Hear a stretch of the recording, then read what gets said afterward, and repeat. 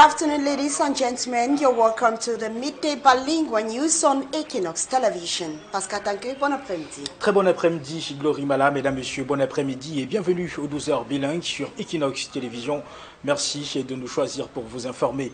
En ouverture de ce midi, avec près de 250 langues et autant de cultures, plusieurs religions et présentées comme l'Afrique en miniature, le Cameroun a du mal encore à gérer sa cohésion nationale du fait de la montée en puissance des altercations ethno-tribales, afin que d'ailleurs la diversité culturelle du Cameroun soit source de développement et non de conflit. Des chercheurs ouvrent le débat à Yaoundé. C'est en la faveur d'une journée d'échange sur le thème identité et mutation. Voyons tout cela en détail dans ce reportage de Rodrigue Ngassi et Aïk Cyril. Le monde bouge, les peuples se rencontrent, parfois du fait des conflits entraînant des déplacements massifs de population. Et malheureusement, les identités se perdent. C'est la conclusion à laquelle parviennent des chercheurs à Yaoundé. Au regard, n'est-ce pas, des conflits intertribaux qui entraînent, n'est-ce pas, des déplacements et cela conduit à un brassage culturel. Et au regard de la globalisation même, on se pose la question de savoir est-ce qu'on peut encore parler d'une identité ou alors d'une identité pure. La question de l'identité se pose, surtout avec acuité en ce qui concerne le Cameroun, connu pour sa diversité culturelle. Au Cameroun, nous parlons d'une identité en un multiple.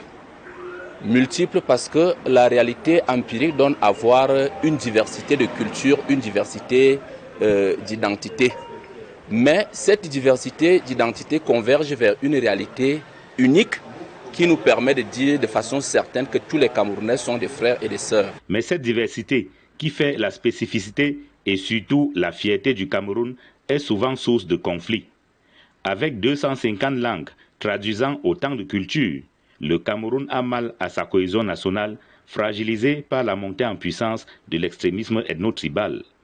D'où la nécessité d'un retour aux fondamentaux. Ce qu'on attend, n'est-ce pas, au terme de ces travaux, c'est des éléments importants, des éléments forts qui peuvent aider, n'est-ce pas, les populations à recoller les morceaux des identités. Il y a un retour aux sources qui s'impose. Afin de célébrer la richesse des cultures au Cameroun et dans le monde, mais aussi le rôle essentiel du dialogue interculturel pour la paix et le développement, des chercheurs organisent une journée d'études à Yaoundé. La rencontre qui se tient au Centre national de l'éducation a pour thématique identité et mutation. Un regroupement de professionnels de médias baptisé Économique and Financial Club ambitionne de s'imposer comme un acteur de la réflexion et de proposition dans le débat économique et financier au Cameroun.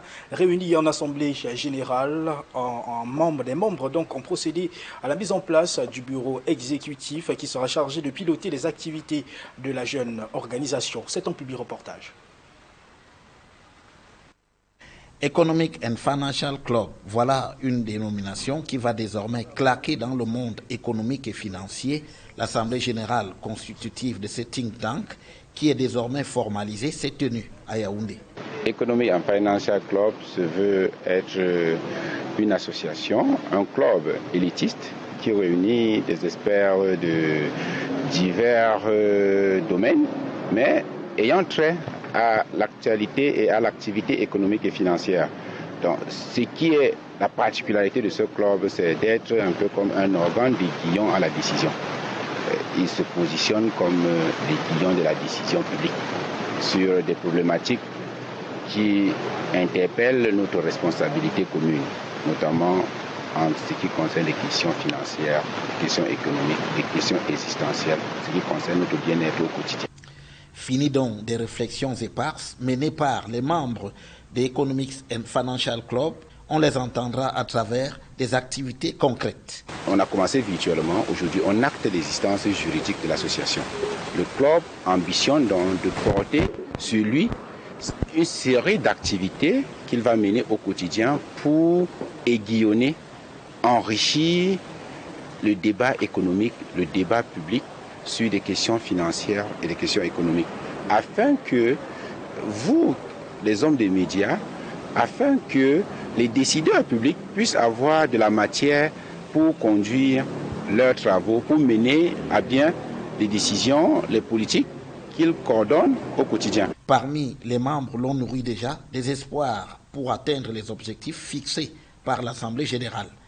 Ce que nous attendons de cette nouvelle équipe, c'est qu'elle soit efficace, efficiente, pragmatique, proche des membres que nous sommes et surtout qu'elle puisse travailler dans la transparence et la clarté. Nous souhaitons de cette équipe qu'elle puisse réaliser l'ensemble du plan d'action que nous avons voté et nous pourrons dire à cette équipe qu'elle a notre confiance et qu'elle peut compter sur nous pour pouvoir mener à bien ses activités.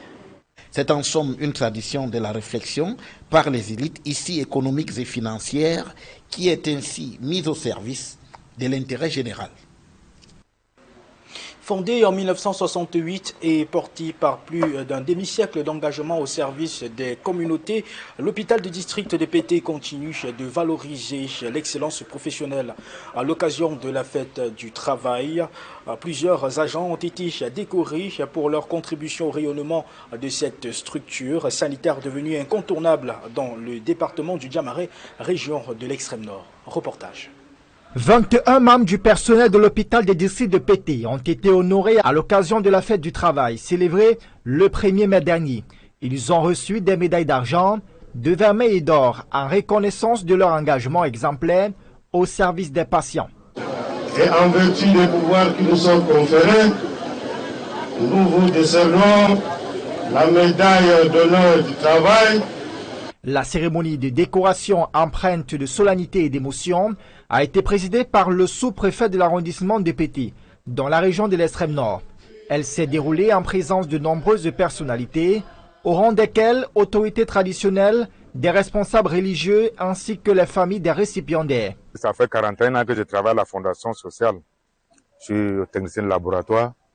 Bon, je remercie la Fondation parce qu'elle nous a vraiment reconnus sur le plan national. Si on veut vivre longtemps, heureux, il faut travailler avec un bon cœur. Moi, j'ai reçu 2 médailles, en vermeil et en argent.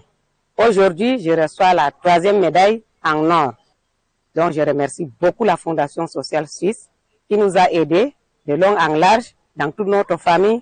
Nous sommes très contentes. L'autorité administrative a salué le dévouement et le professionnalisme du personnel de santé tout en les exhortant à poursuivre leurs efforts pour garantir des soins de qualité aux populations. Nous profitons de l'occasion pour les encourager d'aller de l'avant et de faire vivre cet hôpital qui est une référence dans notre région. Situé dans le département du Djamare, région de l'extrême nord Cameroun, l'hôpital des districts de Pété, fondé en 1968 par Anne-Marie Schenenberger, qui a consacré 50 années de service. À ce jour, ce centre hospitalier s'impose comme une structure sanitaire de référence, forte d'une riche histoire et d'un engagement constant au service des communautés. Ici, c'est l'hôpital de Pété qui a été créé en 1968. C'est un hôpital soutenu par la Fondation sociale suisse du Nord Cameroun. C'est une association étrangère, une association suisse. Et c'est cette association-là qui soutient l'hôpital sur le plan technique, sur le plan financier. Nous avons un service de chirurgie générale. Nous avons la médecine interne. Nous prenons en charge les grossesses à travers notre service de maternité. Entre autres, nous avons des programmes de santé qui sont mis en œuvre à l'hôpital. L'établissement se distingue aussi aujourd'hui par un plateau technique modernisé, des équipements biologiques moléculaires performants, ainsi que des appareils d'analyse médicale de dernière génération. Des atouts qui renforcent son positionnement en tant que centre hospitalier de référence dans la partie septentrionale du pays. Après plus d'un demi-siècle d'existence, l'hôpital des districts de Pété demeure fidèle à ses valeurs fondatrices. Rigueur professionnelle, discipline, qualité d'accueil des patients et propreté de l'environnement hospitalier. Des principes qui contribuent à asseoir la confiance des usagers. Et un public reportage en éducation, décoration, émotion et célébration au groupe scolaire bilingue, le Québécois à Douala, à l'occasion de la fête du travail célébrée le 1er mai dernier. L'établissement a célébré ses 12 ans d'existence entre distinctions honorifiques, fêtes grandioses et mise en avant de ses infrastructures modernes. Une reconnaissance du travail accompli par l'établissement au service de l'éducation bilingue, d'excellence et d'avenir. Reportage. Le groupe scolaire bilingue Le Québécois a signé une page mémorable de son histoire, entre reconnaissance officielle et célébration d'un parcours d'excellence ce 1er mai 2026. À l'occasion de la fête du travail, 11 membres de l'établissement, dont la promotrice et plusieurs enseignants, sont décorés pour leur engagement de plus de 10 ans dans l'éducation. Ces médailles représentent un symbole pour nous de loyauté, de fidélité et de résilience. Et nous ne serons pas là aujourd'hui si ces récipiendaires ne nous auront pas accompagnés. Je tiens également à leur dire merci. Dans la même dynamique de joie, l'un des récipiendaires vantant des services partage son émotion. Je crois que je ne rêve pas. Parce qu'aujourd'hui, j'étais parmi les récipiendaires qui ont obtenu non pas une médaille, mais 2. J'en suis fier. La célébration s'est poursuivie à Yassa, dans l'enceinte même de l'établissement. Une fête grandiose y a été organisée pour magnifier ces distinctions et célébrer les 12 ans d'existence de l'établissement, symbole d'engagement et de réussite. Temps fort de cette célébration, la coupure du gâteau d'anniversaire. Ont été invités pour rehausser l'événement humoristes et artistes musiciens. Au-delà de la célébration, le Québécois se distingue par une offre éducative de qualité et des infrastructures modernes. Avec près de 700 élèves au primaire et 600 au secondaire l'année scolaire 2025-2026, l'établissement dispose de salles de classe équipées, d'une salle informatique moderne, d'une bibliothèque, d'un laboratoire pour des apprentissages pratiques, des atouts d'un établissement de rigueur et de pédagogie. We have the nursery section, the primary section and the college. And the environment is well placed for the children, their education and everything is found in Québécois. Le groupe scolaire bilingue Le Québécois, c'est également l'épanouissement global des apprenants à travers divers ateliers et activités. Like the karate, we have different clubs, we have the music, art plastics, and we also have the sewing club where children can use their hands to fabricate things that can be useful. Even with job difficulties, they can still make it in life with that activity. La question de la sécurité, essentielle pour les parents, est aussi au cœur des priorités de l'établissement. The buses are of different types that ensures that your children arrive in school well and then get back home well. And I also want to talk on the surveillance camera that permits us to know the entry and exit of whosoever. We have the fire extinguishers that in case of any danger, the children are saved. Dans cette dynamique d'excellence, un appel est lancé aux parents en quête d'encadrement de qualité. The office is open to welcome the parents from Monday to Friday. That is from 7:30 right up to 3 p.m. and on Saturdays from 7:30 right up to 1 p.m. Québécois is just a stone throw from Carrefour Yassa Tradex, about 100 meters from the roadside towards Entrée chez Ferimbanga Bakoko. Les inscriptions sont d'ores et déjà ouvertes pour l'année scolaire 2026-2027. Pour toute information, rendez-vous sur la page Facebook Complexe scolaire bilingue Le Québécois ou contactez le 691 34 94 11 651 74 20 95 ou encore le 658 41 11 76. Le groupe scolaire bilingue Le Québécois, 12 ans d'excellence au service de l'éducation et de l'avenir. Le Québécois À présent, la seconde partie de ce journal avec vous, Glory Mala. Good afternoon once more. Good afternoon, Pascal. Thank you, ladies and gentlemen. Good afternoon, and thanks for staying with us. You're watching the midday bilingual news on Équinoxe Television. Hundreds of people from the Bambili community in the northwest region of Cameroon marched to a disputed piece of land protesting over what they describe as the violation of the administrative order over the contested territory. They are accusing the authorities for failing to prevent renewed encroachment on the area. The dispute has previously turned Bambili against the neighboring Queen over the leadership of the area.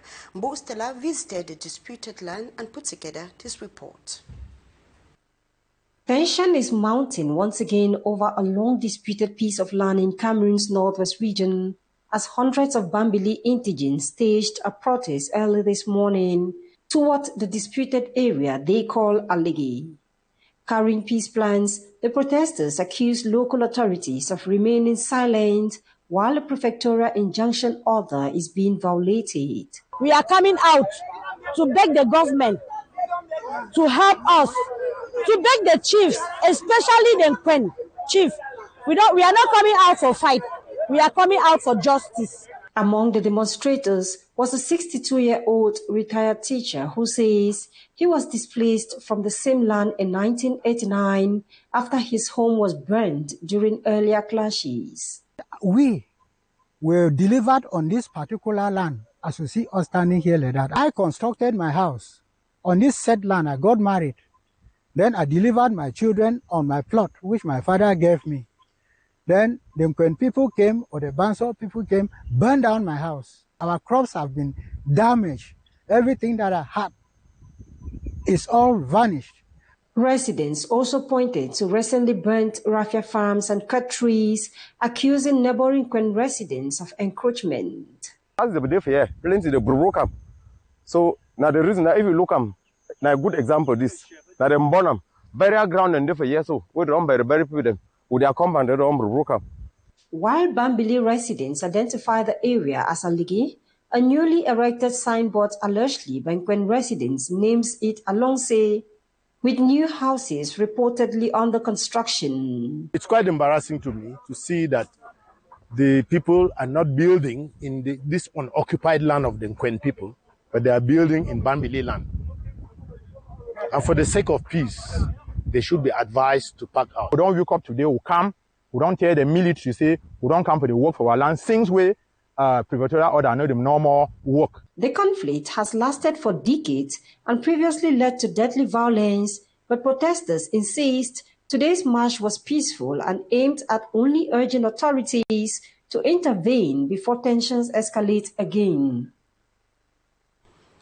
And inhabitants of Équinoxe in the southwest region and those of Konjak in the littoral region are sounding an alarm over the lack of proper bridges in their localities. In Équinoxe, a makeshift hanging bridge is the only option for carrying corpses to neighboring villages, while in Konjak, residents face constant mobility challenges despite being rich in agricultural products. Local authorities are begging on the government for urgent rehabilitation works to restore dignity and safety of the local inhabitants. Smart Jikan Gabriel tells us more. A corpse being transported on the head by 3 persons on a hanging bridge. This has been the risk being taken by natives of Équinoxe village for decades because of the absence of a modern bridge in their locality.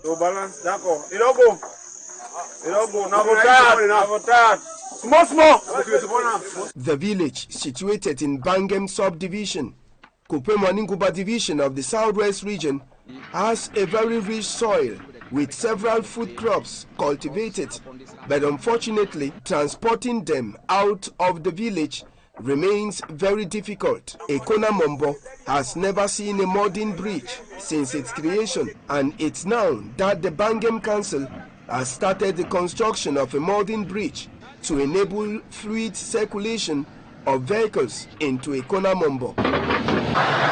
Just like Équinoxe, inhabitants of Behak, Njum, Numa, Ndoto, Kwakwak, and Goman too are having tough times to circulate because of the poor state of 3 bridges, Mile, Manie, and Marope, linking these villages. People are suffering crossing the bridge. We are begging that the government should intervene urgently because when someone falls there, it will be linked to witchcraft. Every man they work for the and woman and other people they both construction now wish say now wish don't make them. With tears running down their cheeks, natives are calling on the government to come to their rescue, as many of them have been victims of untimely accidents due to the poor state of bridges found in this locality. Pupils of Government Primary School Matanyom in Malantuen subdivision are now forced to study under a tree after a windstorm destroyed the roof of their classrooms. The damaged building, inaugurated only recently at the reported cost of 20 million, have sparked controversy between the council and the contractor of the responsibility for the incident, as authorities are being blamed. The young learners continue to study under harsh conditions. Innocent Aze tells us more.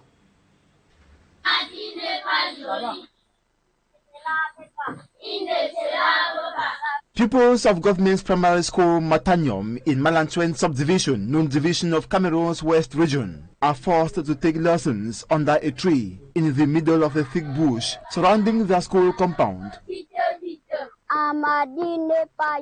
2 classes are held in the open air, separated only by a makeshift blackboard, with lessons taking place simultaneously under difficult conditions. The situation has persisted for several weeks following a violent tornado that ripped off the roof of a building housing 2 classrooms. The structure, recently inaugurated by the mayor of Malantuen Council, reportedly cost 20 million francs CFA. During a recent council session, the mayor distanced himself from responsibility, instead blaming the contractor in charge of the project.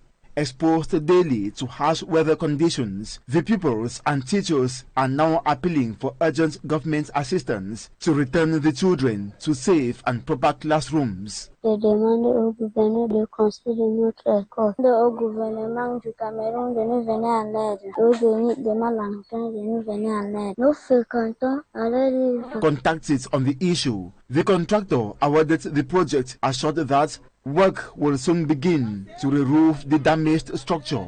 But while awaiting action, these pupils continue revising for their common entrance and first school living certificate examinations under a tree in the bush. Away from that, we talk politics. Nearly a decade after the conflict erupted in Cameroon's northwest and southwest regions, violence continued to claim lives and deepen fear. From recent killings in Boya to deadly attacks in Jakiri, the security situation remains volatile despite repeated calls for peace, justice and dialogue. As pressure mounts on authorities to pursue a ceasefire and inclusive talks, many now insist that the gun must fall silent for lasting peace to return in the English-speaking regions of Cameroon. Bambili Jonathan tells us more. For nearly a decade, Cameroon's northwest and southwest regions have remained trapped in a cycle of violence, fear and uncertainty. What began as grievances rooted in governance, identity and justice has evolved into a protracted conflict marked by killings, abductions, kidnappings and destruction of properties and recurring clashes between armed groups and state forces. Despite repeated appeals for peace, ceasefire initiatives and efforts by the government and other stakeholders to restore calm, the crisis continues to exert a heavy toll on lives and livelihoods. Recent incidents in the southwest regional capital Boya, Zeremiam in Jakiri subdivision in the northwest region, and several other localities once again underscore the fragile and volatile security situation prevailing in the predominantly English-speaking regions of the country. If we talk about peace and we act contrary to peace, it is obvious that there's going to be no peace. There's going to be no peace. If we talk about peace and at the same time we are unjust to each other, if we talk about peace and we cannot practice justice, then the peace is going to be something in the mind. At the same time, we talk about peace, we talk about justice, and we cannot speak the truth. We live in lies telling, and all the rest. That is not going to help us as far as our situation is concerned. As communities continue to suffer displacement, trauma, and economic hardship, Many observers and conflict analysts maintain that a military approach cannot resolve the crisis, warning that continued violence risks deepening divisions and prolonging instability. The unfortunate thing is that the separatists still think that they are going to have the solution through the gun. And the military also still think that they will have a solution through the gun.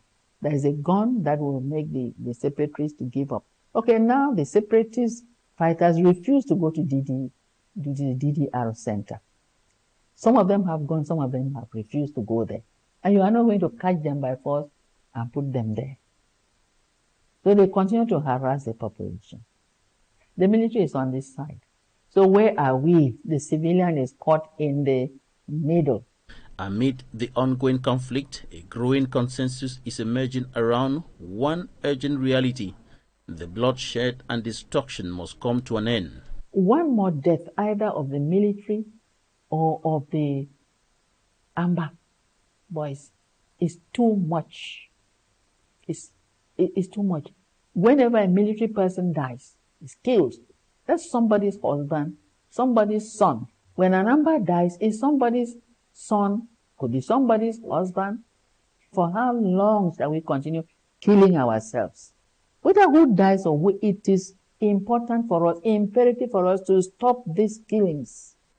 Consequently, calls for a ceasefire, inclusive dialogue, justice and reconciliation have continued to intensify both within Cameroon and internationally.